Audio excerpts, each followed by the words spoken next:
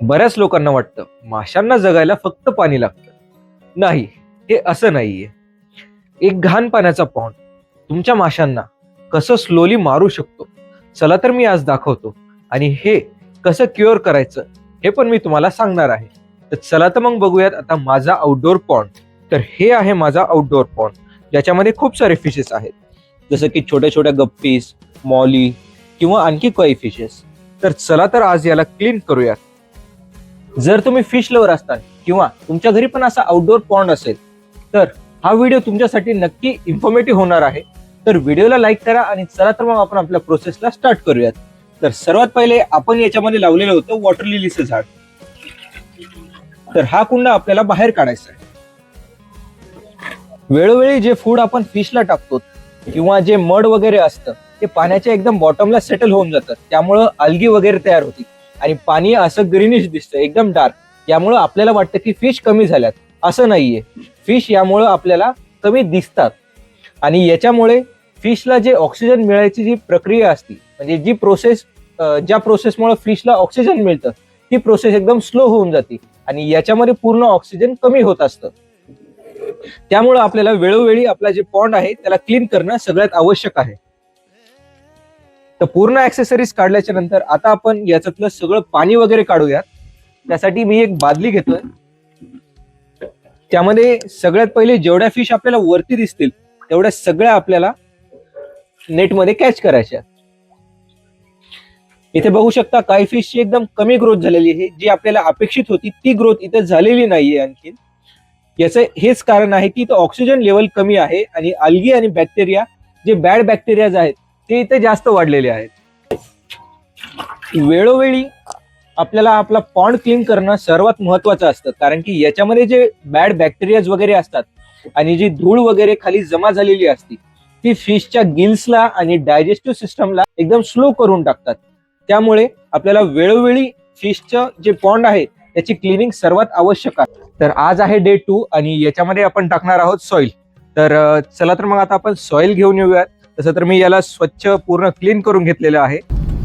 तर मित्रांनो, काल आपण आपली जी वॉटर पॉन्ड आहे ते पूर्ण क्लीन केला होता. तर आपण त्याच्यात लावणार आहोत आता लोटस आणि वॉटर लिली.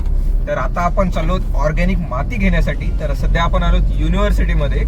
इथं ऑर्गॅनिक शेती वगैरे होती. तर मातीमध्ये जे न्यूट्रिएंट्स वगैरे असतात ते ऑर्गॅनिक असतात. तर आपण ती माती आपण त्या पॉन्डसाठी वापरणार आहोत. तर आपले जे झाडं आणि फुलं वगैरे आहेत ते एकदम चांगले आणि भरभराटून येतील.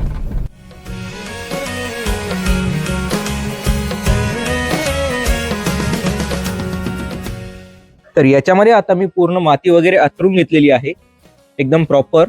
आणि याच्यामध्ये आता आपण पाणी वगैरे सोडूयात आणि आपण याच्यामध्ये लावूयात वॉटर लिली आणि लोटस, जे की इथं पूर्ण मड वगैरे तयार होईल आणि त्यामध्ये ते एकदम खुलून येईल. तर आता मी इथं पाणी स्टार्ट केलेलं आहे आणि आपल्याला हे पूर्ण टँक भरू द्यायचं आहे. त्यानंतर आपण इथं वॉटर लिली किंवा लोटसचं झाड लावूयात. त्यामुळे असं होईल की जेव्हा आपण यामध्ये फिश वगैरे सोडतो, एक प्रॉपर ऑक्सिजनचा फ्लो इथं कंटिन्यू राहील, नॅचरल ऑक्सिजनचा फ्लो. आणि याच्यामुळे जे हार्श सनलाईट युव्ही रेज असतात त्यामुळं त्यापासून फिशचा बचाव पण होईल. आणि जे पण फूड आपण फिशला देतो ते फिशच्या प्रॉपर शरीराला लागेल आणि फिशची ग्रोथही चांगली होईल.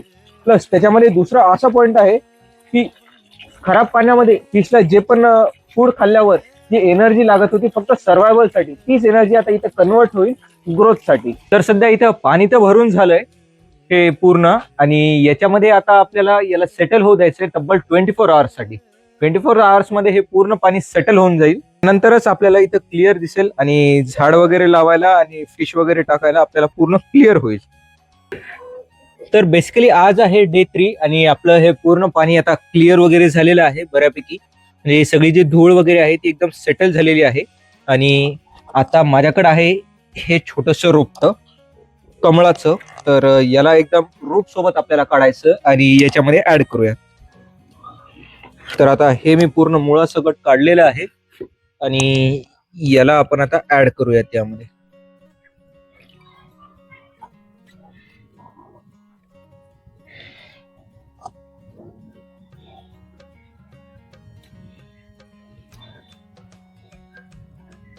मी याला एकदम मधोमध लावलेलं आहे त्यामुळं याची ग्रोथ आहे ती एकदम फास्ट होईल आणि याला पूर्ण म्हणजे असं मुळं वगैरे पसरण्यासाठी याला खूप मोठी स्पेस मिळेल. तर आता लावताना थोडीशी धूळ तर उडणारच. तर आता हे वरचा जे कचरा आहे ते आपण एकदम स्लोली असा काढून घेऊयात.